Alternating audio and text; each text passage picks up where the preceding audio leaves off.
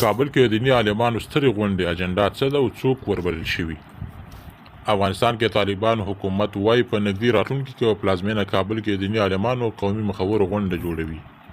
د طالبانو ویان ذبیح الله مجاهد دوشنبه پر ټویټر باندې لیکلي د دیني عالمانو په غوښتنه به په نږدې راتلونکي کې په کابل کې د علماو یو ستره غونډه جوړه شي. نوموړی زیاتوي په دې غونډه کې به د افغانستان له ټولو ولایتونو او ولسوالیو څخه ګڼ شمېر دیني عالمان او قومي مخور ګډون وکړي. که څه هم د دې غونډې کره نیټه یا ورځ نه ده اعلان شوې، خو ناتاییده شوي راپورټونه وایي چې ښایي دا ناسته د چهارشنبې پر ورځ پیل شي او د جمعې په ورځ پای ته ورسېږي. د تېرې څه مودې راهیسې طالبانو لخوا د دې ډول یوې غونډې د جوړېدو راپورټونه خپرېدل، خو دا لومړی ځل ده چې یاده ډله په رسمي ډول مني چې کابل کې دیني عالمانو ستره غونډه جوړوي. طالبانو که څه هم په دې اړه څه نه دي ویلي چې یاده غونډه کې به څوک ګډون کوي، خو بي بي سي یو شمېر هغو کسانو سره خبرې کړي دي چې دې غونډې ته وربلل شوي. بي بي سي ته معلومه شوې له هرې ولسوالۍ 2 دیني عالمان او یو قومي مشر او له هرې ښاري ناحیې 2 قومي مشران او یو دیني عالم دغې غونډې ته وربلل شوي.